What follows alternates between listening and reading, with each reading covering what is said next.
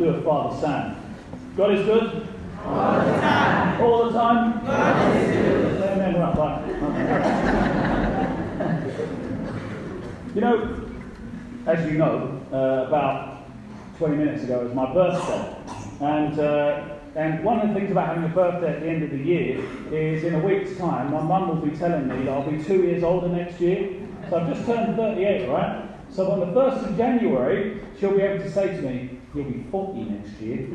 So that's a year to my life. But you know what? Being with you guys, I feel younger every day.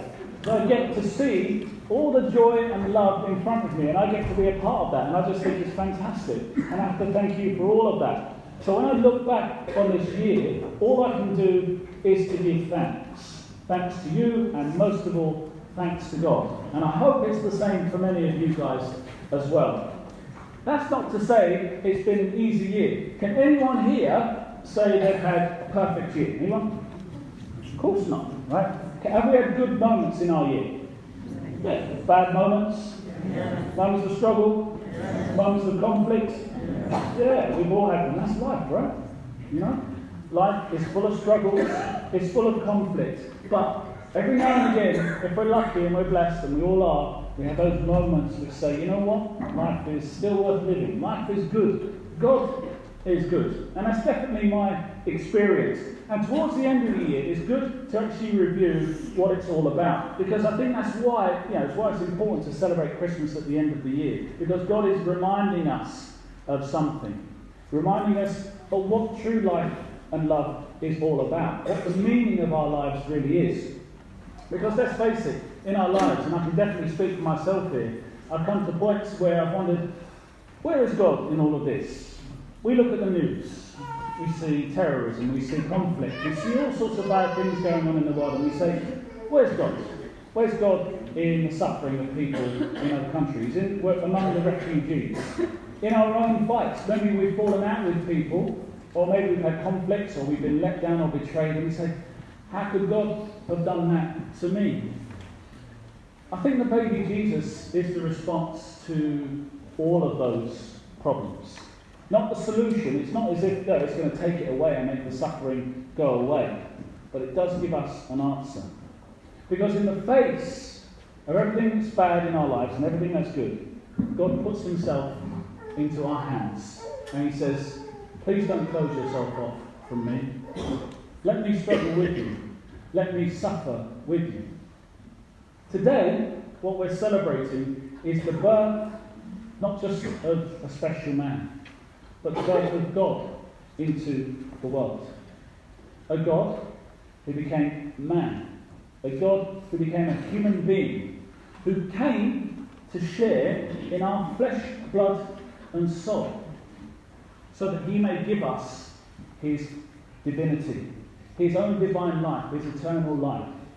But in coming to share what is ours, he came to share not just the good times. He came to share the bad times. He came to expose himself completely to all that we go through, with this one big difference. Anyone here not a sinner? Good. That's the right answer. We're all sinners, right? We all get it wrong. God, Jesus, he was without sin.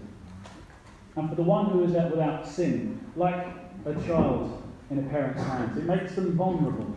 It makes them susceptible to all the evil in the world, just as all the good. And Jesus was the most vulnerable of all.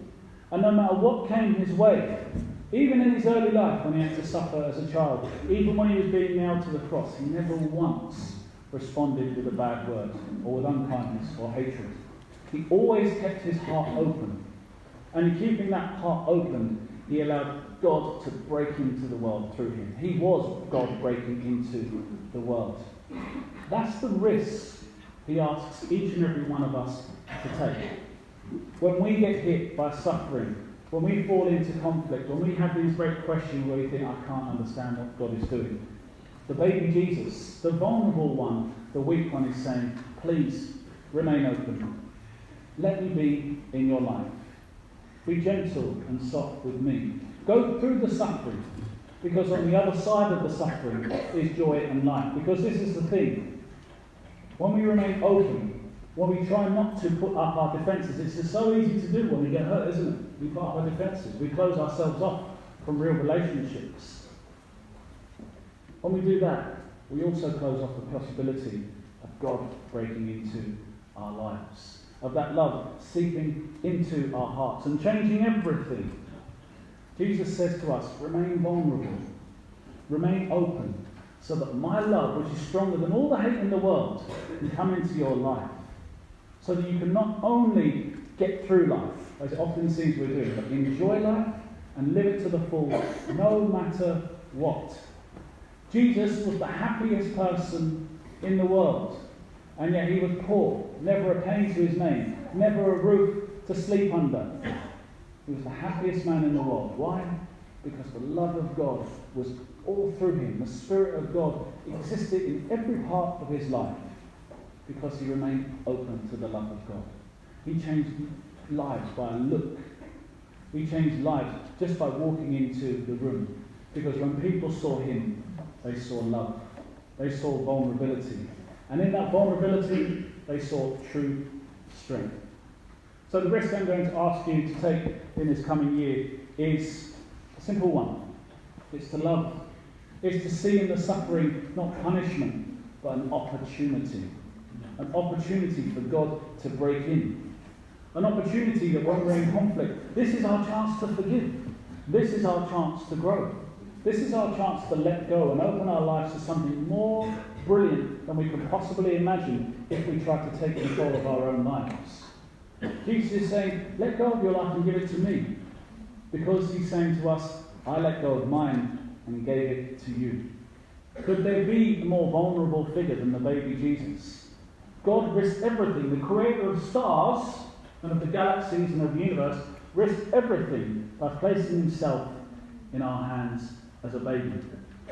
He's asking us to prepare a manger for him. But that manger is our hearts.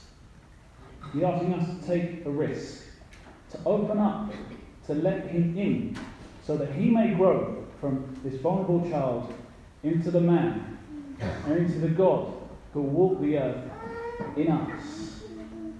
The God who will change lives in us in 2018. Who will bring people to a relationship they couldn't possibly imagine with the creator of all things. Now that's exciting, isn't it? Isn't it? Can I get an amen? Yeah. Let me hear it. Amen.